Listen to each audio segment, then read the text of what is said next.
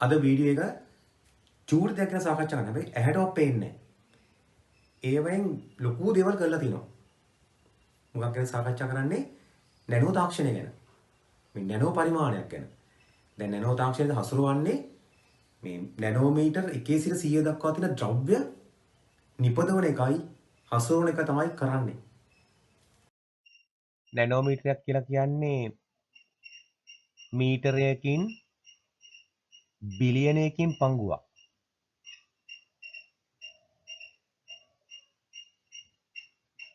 Nanometre සමානයි 10 ඍණ 9 බලයක් මීටර වලින් ගත්තොත්. ඒ කියන්නේ නැනෝමීටර් බිලියන එකක් සමාන වෙනවා මීටර් එකකට. නැනෝ තාක්ෂණය කියලා කියන්නේ නැනෝමීටර් 100ට වඩා අඩු ද්‍රව්‍ය හා උපකරණ නිර්මාණය හා භාවිතය. නිර්මාණයයි භාවිතයයි. නැනෝ ද්‍රව්‍ය වලට උදාහරණ තමයි ප්‍රෝටීන, DNA, වෛරස්, ලිපොසෝම, රන් නැනෝ. ඒ වගේම නැනෝ ද්‍රව්‍ය වල තියෙන විශේෂත්වය තමයි මේවැ මොනවද වැඩි? මේවැයි වැඩි පුෂ්ඨ පරිමාණුපාතය. පුෂ්ඨ පරිමාණුපාතය. ඒ කියන්නේ පුෂ්ඨ පරිමාණුපාතය. ඒ කියන්නේ AB අනුපාතය වැඩි. ඒ කියන්නේ A යට V මේ A යට V අගය වැඩි.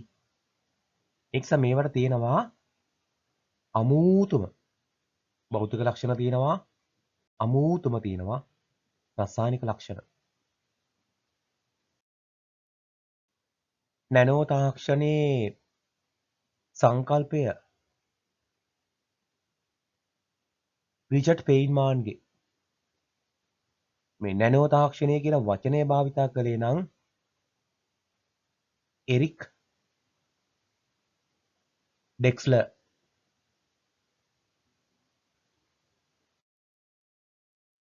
මෙයා රිචඩ් ෆෙයින්මාන් නැනෝ තාක්ෂණයේ සංකල්පය එහෙම නැත්නම් නැනෝ තාක්ෂණය හඳුන්ලා දුන්නේ ලෝකයට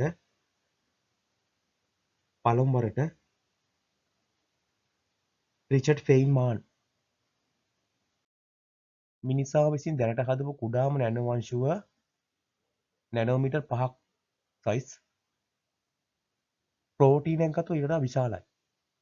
නේද? ප්‍රෝටීනයේ ප්‍රමාණය ඊට වඩා විශාලයි. දැන් මේකත් එක්ක සැසඳුවොත් නැනෝ වංශුව මිනිස්සු හදපු එකක් කුඩායි. ඒ වගේම නැනෝ තාක්ෂණයෙන් පුළුවන් මේ සෛලයක් තුල වන ක්‍රියාවලි. එහෙම නැත්නම් ඒ ක්‍රියාවලි වල යාන්ත්‍රණය අධ්‍යයනය කරන්න පුළුවන්. ප්‍රභා සංශ්ලේෂණය සෛල තුල වෙන්නේ, ශ්වසනය, වර්ධනය, තව බහිස්රාවය වගේ දේවල් අධ්‍යයනය කරන්න පුළුවන් නැනෝ තාක්ෂණයේ මේ අදාළ යාන්ත්‍රණ. ඒ කියන්නේ අපිට පුළුවන් සෛලයක් තුල සිදුවන ජීව ක්‍රියාවලි නැනෝ මට්ටමින් තේරුම් ගන්න. හරි. ඊට පස්සේ බලමු තාක්ෂණයේ භාවිත. දැන් මොකටද මේ නැනෝ තාක්ෂණය යොදාගන්නේ? එකක් තමයි මේ වෛද්‍ය විද්‍යාවට, අනික ප්‍රවාහණයට, චූටි වාහන තියෙනවා. ඒ වගේම බලශක්තිය නිෂ්පාදනය කරන්න. ඒ වගේම ඉලෙක්ට්‍රොනික විද්‍යාවට. ඒ වගේ හදන නැනෝ වලින් මොනවද? පාරිභෝගික භාණ්ඩ. මෙන්න මේ පහ ගැන තමයි සාකච්ඡා කරන්නේ. නැනෝ තාක්ෂණයේ භාවිත පළවෙනි එක තමයි මේ සෛලයක් තුල සිදුවන ජීව ක්‍රියාවලි තේරුම් ගැනීම. දෙවැනි භාවිතය තමයි නැනෝ ද්‍රව්‍ය නිෂ්පාදනය. ඊළඟ එක ශක්තිය නිපදවීම. ඉලෙක්ට්‍රොනික විද්‍යාව, යන්ත්‍ර නිර්මාණය,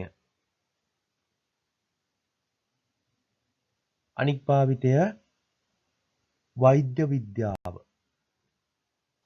ඊට අමතරව නැනෝ තාක්ෂණයෙන් පාරිභෝගික ද්‍රව්‍ය නිපදවනවා.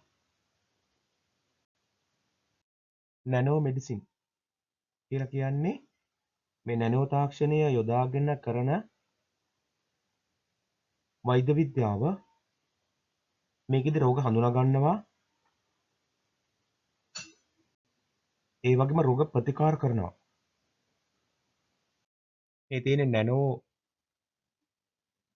ටයිටේනියම් ඩයොක්සයිඩ්,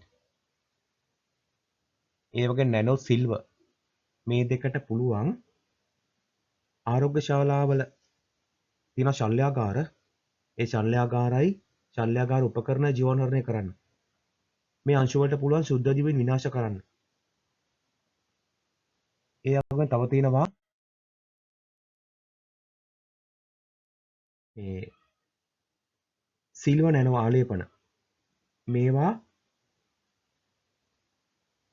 ශල්‍යාගාර තුලදී ශුද්ධ ජීවීන් ඇතුල් වීම වළක්වනවා. නැනෝ පෙරහන් වලින් පුළුවන් වෛරස් අයින් කරන්න. නැනෝ පෙරහන් හදලා තියෙන්නේ නැනෝ ටයිටේනියම් ඩයොක්සයිඩ් වලිනුයි නැනෝ සිල්වර් වලිනුයි.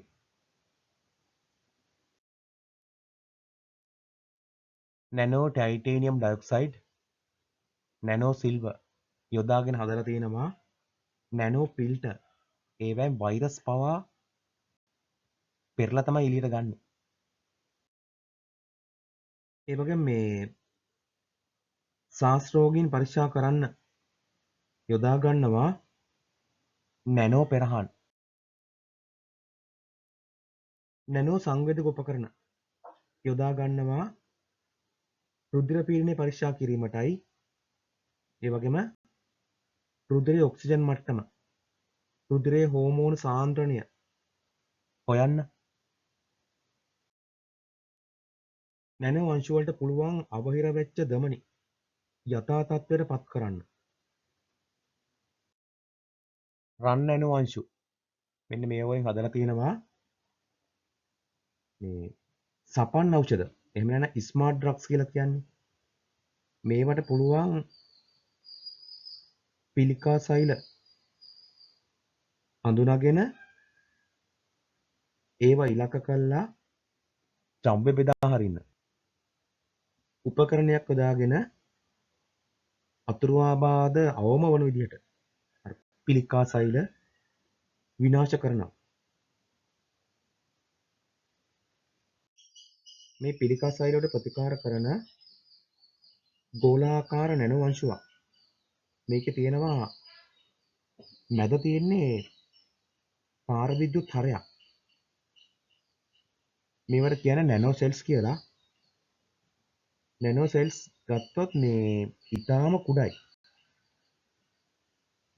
හැබැයි මේවා මේ පෝලියෝ වෛරසයට වඩා මදක් විශාලයි.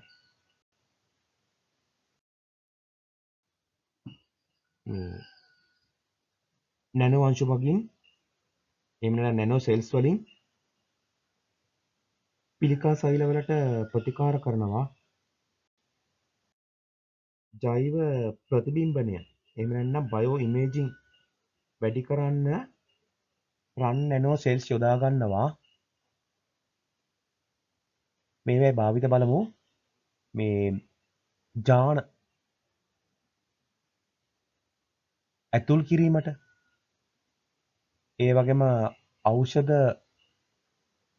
ඇතුල් කිරීමට යොදා ගන්නවා බයෝ ඉමේජින්. මෙතන දාලා තියෙන්නේ ග්ලූකෝස්. දැන් මේ ග්ලූකෝස් තියෙනවා මේ රුධිරේ. ග්ලූකෝස් තියෙනවා. දැන් දියවැඩියා තියෙන අයගේ රුධිරේ ග්ලූකෝස් වැඩි. මේකට මොකද කරන්නේ? මේ දේහයට සවි කරලා තියෙනවා උපකරණයක්. මේ තියෙන්නේ උපකරණය. ඒ උපකරණයෙන් පුළුවන් මේ අවශ්‍ය මාත්‍රාවට අවශ්‍ය කාලාන්තර වලින් මොනව ලබා දෙන්නද? ඉන්සියුලින් නිදහස් කරන්න. මෙයාට පුළුවන් අවශ්‍ය වෙලාවට අවශ්‍ය මාත්‍රාවෙන් ඉන්සියුලින් නිදහස් කරන්න. වේදනාවට ප්‍රතිකාර කරනකොට මේ ඖෂධ නිදහස් කරන්න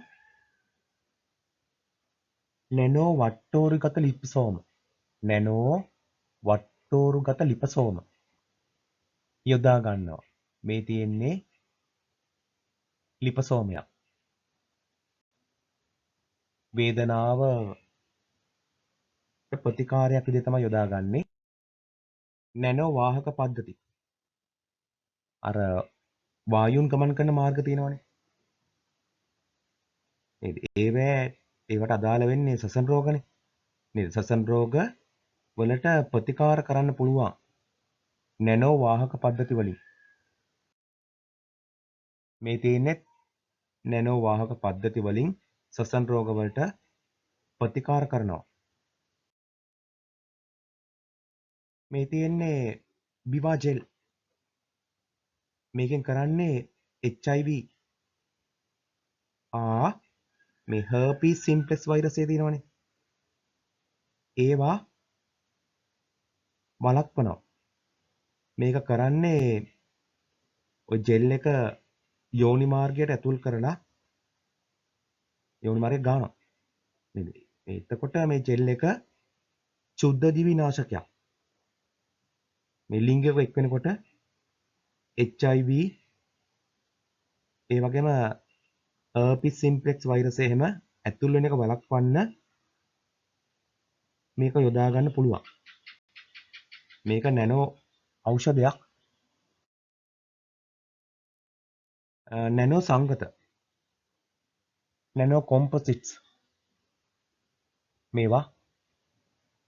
ඒවා යොදා ගන්නවා මේ කෙරුණු අෂ්ටි ප්‍රතිස්ථාපනයට.